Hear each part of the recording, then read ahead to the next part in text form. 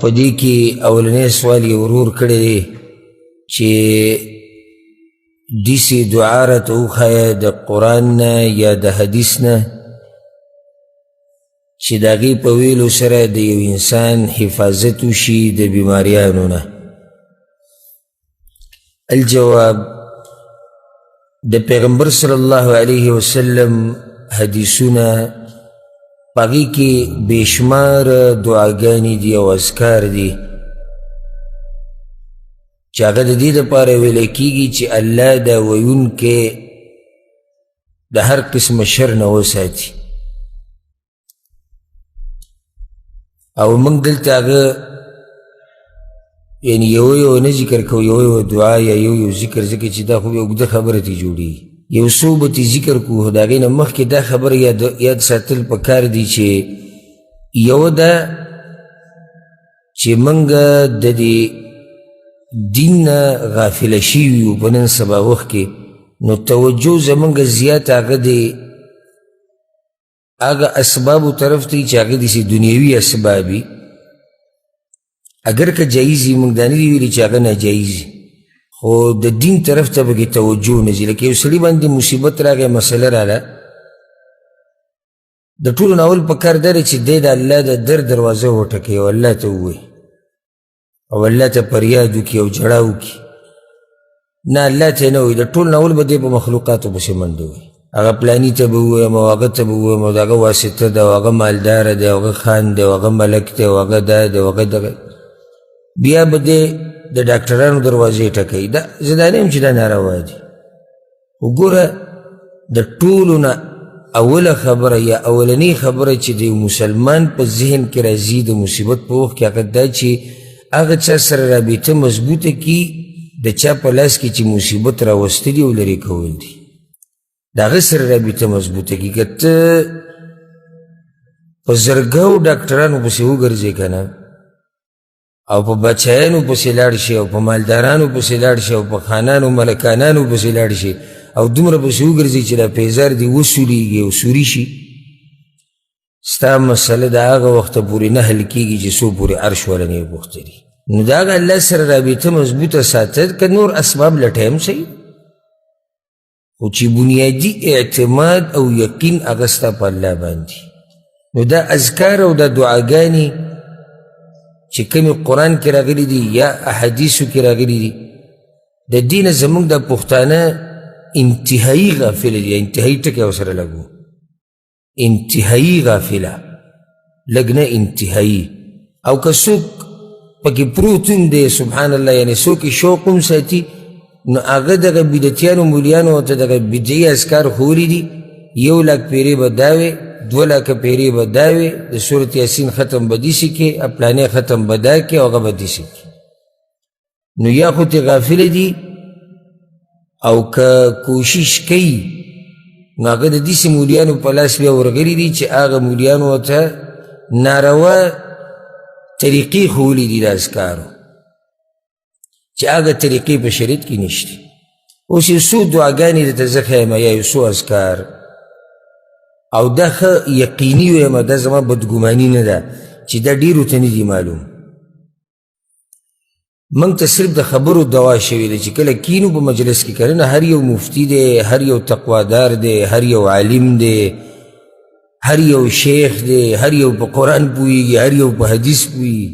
او ځکه یو پیر زه یو مجلس کې ناست وم، تقریبا داسې 2.5 کاله به کېږي یا 3 داسې مخکې، یو ځای ته تللي یو سجي کې ملګرو سره ناست یو کس پکې راغی، ډېرې زیاتې خبرې یې شروع کړې،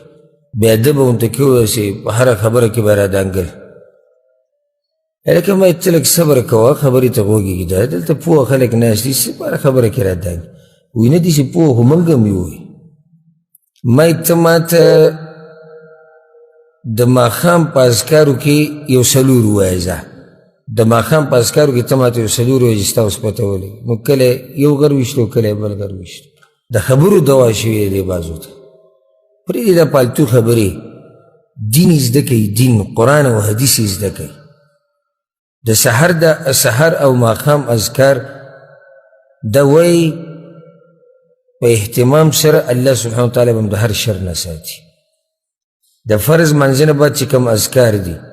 جمعات کې وې که په لاره کې وې که کور ته لاړ شي هلته یې وې د دې اهتمام کوه که د کار په ځای کې وې الله به د هر شر نه د هر مصیبت نه د هرې بیمارۍ نه به الله ساتي موږ بسې خلک ډېر راځي دا وظیفې غواړي د مولیانو په وظیفو عادت کړي نو زه ورته یم وظیفه دا ده چې د سحر ماښام د اذکار وایه په اهتمام سره وایي نه جي وظیفه نو زه ورته یم دا هغه وظیفه ده چې دا نبوي ده دا پیغمبر صلی الله علیه وسلم ښوولې ده اوس په هغه دعاګانو کې او په هغه اذکارو کې یو ذکر دا دی د عثمان بن عفان رضی الله عنه روایت ته وی پیغمبر صلی الله علیه وسلم وی چې چا دا وی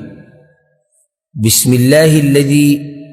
لا يضر مع اسمه شيء في الأرض ولا في السماء وهو السميع العليم چې درې پیری چا دا وی سحر نو د ماښامه پورې به په ده باندې اچانک یو مصیبت نه راځي او چا چې ماښام وي د سحره پورې به الله د مصیبت نه ساتي ضرور دا سوال کې وي داسې ذکر او دعا چې الله د هغې د لاسه ما د بیماریانو نه او مصیبتونو نه وساتي دا یو ذکر دی څه دی بسم الله الذي لا يضر مع اسمه شيء في الأرض ولا في السماء وهو السميع العليم څو پیري څه ټیم سحر او ماښام یو حدیث کې داسې راځي امام ترمذي چې کوم راوړی په هغې کې دا دي وی هر بنده چې سحر او ماښام دا ذکر وي همدغه ذکر بسم الله الذي لا يضر مع اسمه شيء في الأرض ولا في السماء وهو السميع العليم درې پیرې وی سحر او ماښام هیڅ شی به دله نقصان نه ورکوي هیڅ شی به له نقصان نه ورکوي دویم معروف ذکر چې دی د ابو هریره رضی الله عنه روایت ته په صحیح مسلم کې یو کس راغی د پیغمبر صلی الله علیه وسلم خواله وی یا رسول الله د شپې لړم چیچلی یم پرون د شپې لړم چیچلی یم پیغمبر صلی الله علیه وسلم ورته اما لو قلت حین امسیت که تا چېرته د شپې د شروع کېدو په وخت کې دا ذکر ویلی وی اعوذ بکلمات الله التامات من شر ما خلق که چېرته تا دا ذکر ویلی وی نو دې لړم به تاله نقصان نه وی درکړی اعوذ بکلمات الله التامات من شر ما خلق دغه شان یو دریم ذکر چې دی د عبدالله بن خبیب رضی الله عنه روایت ته امام ترمذي راوړی هغه وایي چې یو پیر موږ د شپې ووتو خو داسې شپه وه چې سم باران ورېدو او ټکه توره تیاره وه په پیغمبر صلی الله علیه وسلم پسې ګرځېدو چې هغه یعنې راشي زموږ دپاره لمونځ وکړي وایي موږ وموندو وایي چې اصلیتو لمونځ مو وکړو وایي ما څه ونه وي وی بیا ما ته وی چې وایه وی ما هېڅ ونه وي وی بیا راته وی چې قل وایه وی ما هېڅ هم ونه وي وی بیا راته وی چې وایه وی ما ورته وی چې یا رسول الله ما اقول څه وویمه وی ما ته وی چې وایه قل هو الله احد والمعوذتين حين تمسي وحين تصبح 3 مرات تكفيك من كل شيء قل هو الله احد وایه قل اعوذ برب الفلق قل اعوذ برب الناس دا درې سورتونه سحر درې پیرې وایه ماښام درې پیرې وایه د هر شي نه ستا دپاره کافي دي الله به ستا حفاظت کوي یو دا ذکر دی چې سړی وایي نو الله یې د بیماریانو نه د مصیبتونو نه او سختو نه ساتي عبدالله بن عمر رضی الله عنهما روایت ته امام ابو داود امام ابن ماجه راوړی وی پیغمبر صلی الله علیه وسلم سحر او ماښام چېرته دا دعا نه ده پرېښودي هغه دا ده اللهم إني أسألك العافية في الدنيا والآخرة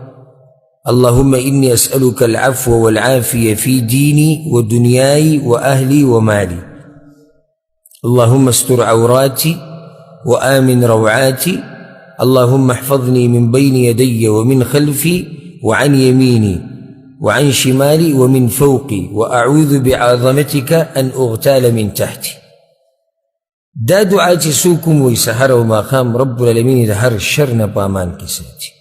دغه شان عبدالله بن عمر روایت دام دی په صحیح مسلم کې پیغمبر صلی الله علیه وسلم بدا دعا ډیره غوښته اللهم انی اعوذ بك من زوال نعمتك وتحول عافيتك وفجاءة نقمتك وجميع سخطك. دا دعا چې څوک وایي الله د هر شر نه ساتي. شپږمه به ذکر کو اخرنی ما تاسو چې موږ د دعاګانې نه راجمع کوو خاص یو څو ته ذکر کوو مشهوري او دا حدیث امام ابو داود امام احمد راوړی دی. انس بن مالک وایي پیغمبر صلی الله علیه وسلم به دا دعا غوښته اللهم انی اعوذ بك من البرص والجنون والجذام ومن سیء الاسقام. په دې کې الله پورې پناه ونیوی شوه د ټولو بیماریانو نه په دې دعا کې. او په دې باندې الحمدلله زموږ یو کتاب دی رحیق الازهار فی الادعیة والاذکار او په کې په سوونو دعاګانې د الله په توفیق سره موږ راجمع کړي. او دا د هغه چا کار دی چې چا شوق وي موږ ته پته وي. الحمدلله دومره تجربه شته چې سړی پېژنو چې را مخامخ سړی چې ناست دی د شوق شته دی یادولو که نه. چا چې شوق وي هغه دا قسمه کتابونه پیدا کړي ځان سره یې ګرځوي یادوي یې ترجمې ګوري کوشش کوي چې زما دا ژوند ټول د دعاګانو او د اذکارو په منځ کې تېر شو. اوس ما چې دا شپږ دعاګانې وي دا چا ته یادېږي؟ یو کس به وي یو په دې نوو کې څوک نشته درې به کې چا ته نه دي یادې جي صاحب نن یې ته ووایه دا بسم الله الذي لا يضر مع اسمه شيء في الارض ولا في السماء وهو السميع العليم دا یو شو. اعوذ بكلمات الله التامات من شر ما خلق آخرنی درې صورتونه دا درې شو.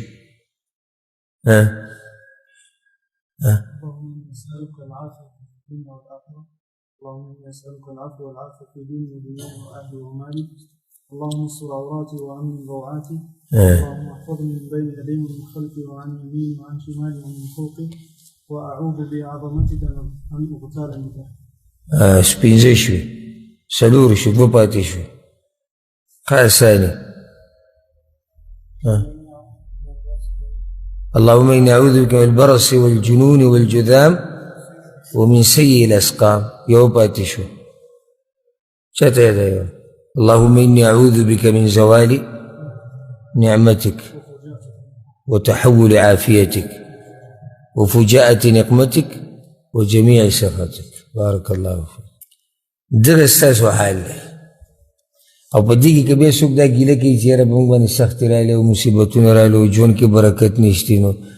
هغه واضحه اسباب زموږ مخې ته دي چې سړی سحر ماښام دا دعاګانې وایي الله یې د هر مصیبت نه ساتي. سحر ماښام سړی دا دعاګانې وایي والله که